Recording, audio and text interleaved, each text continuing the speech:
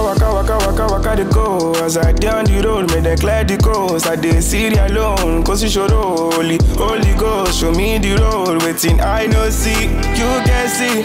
Only good days from my calendar. Pro my team, pro my dollar. No one things we go cause see kasala. Countless ups and downs, but thank God for that. Give gratitude to the most high. To get what I want, me I got to fight. Just to fly, I don't walk up, I sit down for drivers. You can't tell, look on the show. Put you a leg, my body, Thomas. I don't walk kilometers. You can't tell, look on the show. Put you a leg, my body, Thomas. Before my get bread turn to slice, before my father turn to ice, I go the fish them go say make a rest. Sometimes I dey wonder if for your day my head. If say one of us got that even to no go drop. Downfall driver, Shebi you be downfall driver. Sure, mo be nkan ta fẹ́ gbọ́ ní àṣálẹ́ ni. Àbí nǹkan mi tó tún yàtọ̀ tá tún mórí wa wú, tá tún dúró pẹ́pẹ́pẹ́ ní ọkàn wa la tún wá gbọ́. Gbogbo ẹ̀yin olólùfẹ́ wa àti kí yín káàbọ̀ sórí ojú ìwòran yín níbi tá a ti ń ṣe ìfilọ́lẹ̀ àwo tuntun yìí tá a pè ní Downfall driver tí a gbọ́wọ́ Omizi tá a gbọ́wọ́ ẹ̀kọ́ ni. Gbogbo bí pé wọ́n ṣe á máa kọ sí tá a máa dùn tá a máa lárinrin náà ni mo mú wá fún yín ní àṣálẹ́. Ẹja ló ní Bọ́bẹ̀kẹ́ lórúkọ tèmi, ṣe bí ẹ gbàgbé lórí Orísun náà ládẹwà. Ẹ wá jẹ́ ká lọ kí gbogbo wa lọ gbórin ká lọ tẹ́tí sí ká tún lọ wo bó ṣe rí àbí bó ṣe lọ. Ẹ wá ìkúrò ń bẹ̀ ọ́ lórí Orísun láwà. Waka the go. As I down the road, make them clear the coast. I dey see it alone, cause you show Holy Ghost, show me the road. Lálẹ́ tá a wá ṣe ìtẹ́tílẹ́kọ̀ọ́ orin tuntun yìí, ìgbà tẹ́ wá gbọ́ Downfall driver ká sọ pé ẹ̀mọ èèyàn tó ń jẹ́ Omizi, kí ni ó kọ́ wá sọ́kàn yín? First thing tó kọ́ wá sọ́kàn mi street, àwọn boys, àwọn tó ń jama wọn so ètò jọmọ. Mo Downfall driver normal kó pé ní Nigeria náà ni ní Èkó ó ti yé ibẹ̀. Downfall driver, everybody mú bí Downfall driver àbí bí Downfall ṣeré boss actually, and láti inú orin something different. Nǹkan tó máa yàtọ̀ ní ká fojú sọ́nà fún. Absolutely. Ó ń gbé mi trabayé, ó ń gbé mi débẹ̀, má kó mi lọ, má gbé mi dúró sí ibà ibi tí mo fẹ́ lọ destination mi yẹn gangan ni kó má gbé mi lọ. Omizi ó ti gbé mi trabayé kò sọ̀rọ̀. Downfall driver ìgbàlódé náà ni. Ìgbàlódé bó ṣe bí Downfall driver ti wà. Yes sir. Ṣé street ló wá sí lọ́kàn àbí orin ẹ̀mí tí màá máa gbọ́ tí màá wọnú ẹ̀mí lọ? Street zone. Give gratitude to the most high. To get what I want, me I got to fight. Just to fly, I don't walk up, I sit down for drivers. You can't tell, look on the show. Put you a leg, my body, Thomas. Bí orin mélòó lẹ ti gbọ́ nínú orin tó Omizi kọ yìí? Well, mo ti gbọ́ Downfall driver and Osimen, but then I've not heard the rest though. Mo ti gbọ́ àwọn ètò kù. Mo ti gbọ́ Downfall driver, mo ti gbọ́ Osimen.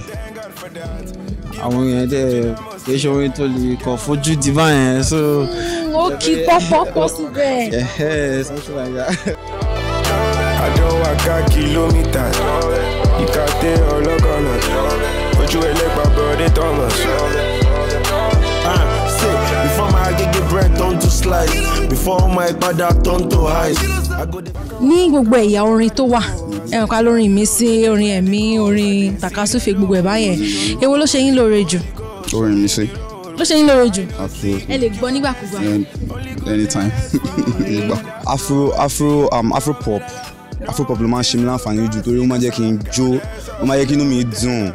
Tí máa ti ń ronú lọ, ó máa tún gbé mi padà wá sí ilẹ̀ wa yìí báyìí pé bọ̀bọ̀ yìí má ti lọ. Ó wà pẹ̀lú wa, mo wà pẹ̀lú ẹ̀ that kind thing.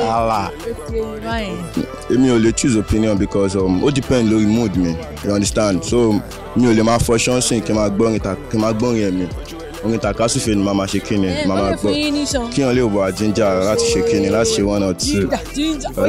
Àwọn orin yìí ní bí tí wọ́n dá sí gbogbo ẹ̀fàní tí wọ́n we shout to say but they are all good songs actually. Gbogbo ẹ̀ ló dáa.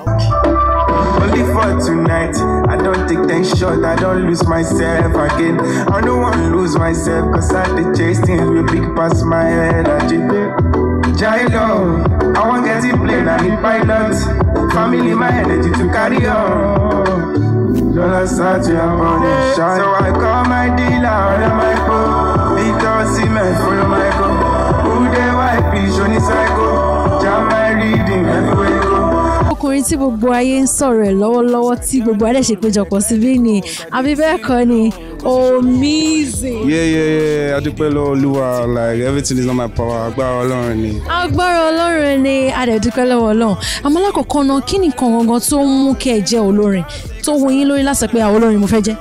Ohun àti kékeré, like mo ti love music a whole lot. Nah, I know my river is not straight, but àti kékeré mo ti love orin, mo ti fẹ́ràn, mo máa kọrin, so mo ṣe ní opportunity, mo gbọ́dọ̀ take it, mo gbọ́dọ̀ grab it, yeah, that's it. Ó dáa lẹ́ni àwa ṣe ìfilọ́lẹ̀ àti ìfetísílẹ̀ Danfo Driver. Tá bá wá wò dáadáa, kí ló jẹ́ kẹ́ fún EP yìí gangan ní Danfo Driver? Ṣebí you be Danfo Driver. So you get so Danfo Driver is a very special song. Who are very, very special to me. You know, mo dey fẹ́ kí gbogbo èèyàn understand the reason why it's mo fi pè ní Danfo Driver, because it's like ó máa jẹ́ kẹ́ mọ̀ pé àti ibi kan láti bẹ̀rẹ̀. So started from the scratch, started from the street. So that's the idea behind the Danfo Driver. Ẹ jẹ́ kí n bẹ́ ẹ ti ṣe Danfo Driver rí. You'll be surprised. Ó máa yà mí lẹ́nu. Ó ṣe ẹ bá mi dárúkọ mẹ́ta lára EP yìí. So we have the Osimhen, we have Danfo Driver, we have Dreamscape. Èwo lẹ fẹ́ràn jù ní gbogbo ẹ̀? I love all my songs. So I go where the money go, where the money go, where the money go, try. Do what I wanna do what you wanna do what I wanna do, Jilo, I want get it plane, I need pilot. Family, my energy to carry on. Tẹ́ bá bi mí wípé iṣẹ́ wo lórin ń ṣe, ẹ wo ọ̀pọ̀lọpọ̀ jàǹtìrẹrẹ ni màá kà sílẹ̀ fún yín. Pàápàá jùlọ orin Danfo Driver yìí ó tún ní ìmísí, bẹ́ẹ̀ ló tún ní ti tàkasúfè gọ̀gọ̀gọ̀ nínú ṣe bẹ́yìn náà ti gbọ́. Ẹ̀dẹ̀ ti rí bó ṣe lọ lórí kápẹ́tì pupa tí mo wà àti nínú ilé ṣé ẹ gbádùn rẹ̀. Ẹ̀yin náà kẹ́ ẹ lọ tẹ́tí sí orin tí a ṣe láti ọwọ́ Omize. Ẹ wá má gbàgbé o pé orí Orísun ni mo ti mọ wá fún yín. Ẹ má fòjòpòjó mi, kẹ́ mọ́ sì fòjòpòjó mi lọ́jọ́kọ́jọ́. Ẹ já lónìbó Àbẹ̀kẹ́ nú ẹ tún mọ rí lójú ìwòran yín ní gbogbo ọjọ́. Kédùmarè mọ́ wá kàtúnrí gbogbo wa ká lè fayọ̀ ríra pẹ́. Waka dey go as I dey on the road, make dem clear the coast. I dey see the alone, cause you show Holy Ghost, show me the road. Waiting, I no see, you can see. Only good days from my calendar, pro my team, pro my dada. No one things we go cause see kasala. Countless ups and downs, but thank God for that. Give gratitude to the most high. To get what I want, me I got to fight, just to fly. I don't walk up, I sit down for drivers. Ìkàtẹ́ ọlọ́kọ̀nà, ojú ẹlẹ́gbàá bọ́ọ̀dé tọ̀wọ̀n. Àdánwàká kìlómítà, ìkàtẹ́ ọlọ́kọ̀nà, ojú ẹlẹ́gbàá bọ́ọ̀dé tọ̀wọ̀n. Before my get bread turn to slice, before my father turn to ice, I go the freestyle them go say make I rest. Sometimes I dey wonder if I dey my head. You say one of us got that even to no go drop.